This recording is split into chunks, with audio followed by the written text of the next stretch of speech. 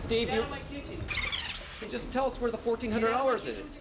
That was part of a call Kurtis investigation that exposed a Roseville restaurant owner who did not hand over money that he raised for the family of a teen who was killed in a car crash. You profited off my son's death. How dare you? Now that, of course, was last night. Tonight, Kurtis Ming has uncovered the same man raised money for a charity that doesn't exist. A charity in his own daughter's name, and the fundraiser, believe it or not, a bacon bikini contest. I didn't hear you guys. Are you guys ready for the bacon bikini contest? By all accounts, it was quite the contest. Everybody, this is Remy, the original Canadian bacon. The night of October 22nd at Lightfoot's California Cuisine in Roseville. In front of a room full of chanting gawkers, women wearing bikinis made of bacon appeared on stage. Diamond coming out, everybody. Give her a round of applause.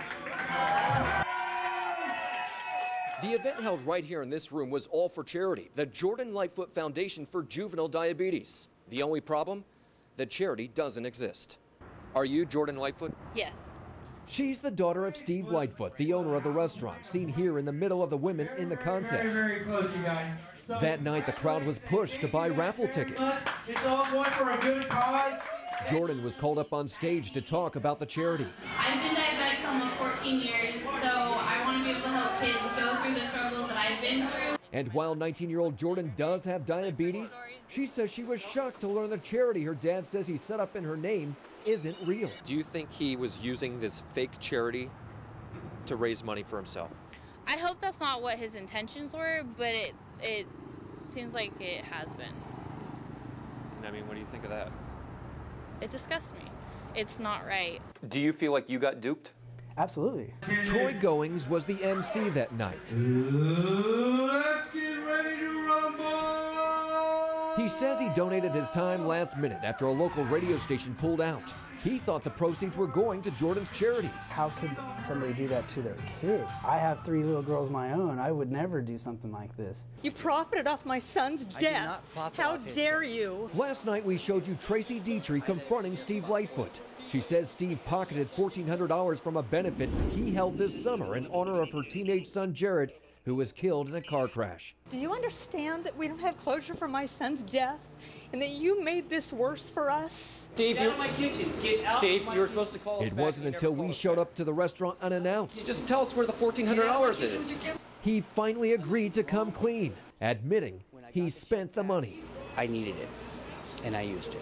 Steve promised to get her the money, and he did come through. But now we have more questions for Steve. How did you have an event for a charity that doesn't exist? Jordan Lightfoot Foundation, the paperwork has been filed.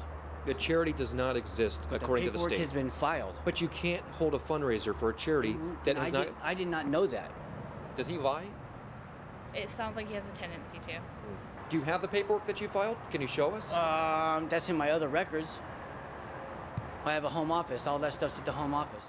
He later admitted he didn't have any paperwork he could show us and didn't follow through on the necessary steps to create a charity. I'm not the evil person everyone's trying to portray here. It upsets me because it makes me look bad. His daughter Jordan says she's sorry to anybody who thought they were helping a foundation in her name. What's your message for your dad? Stop lying.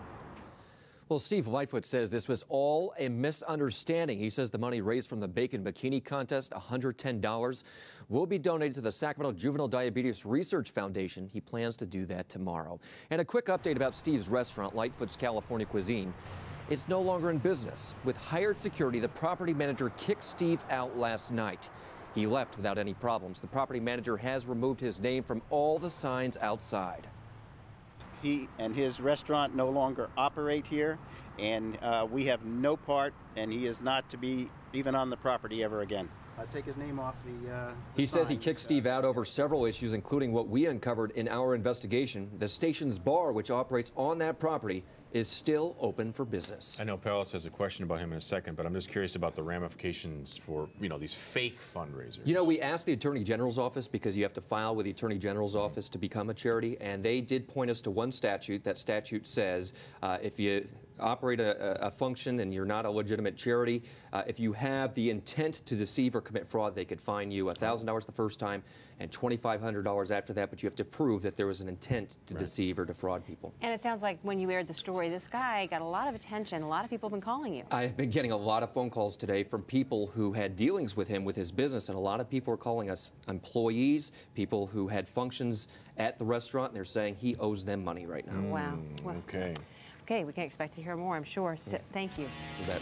Okay, Dave. All right.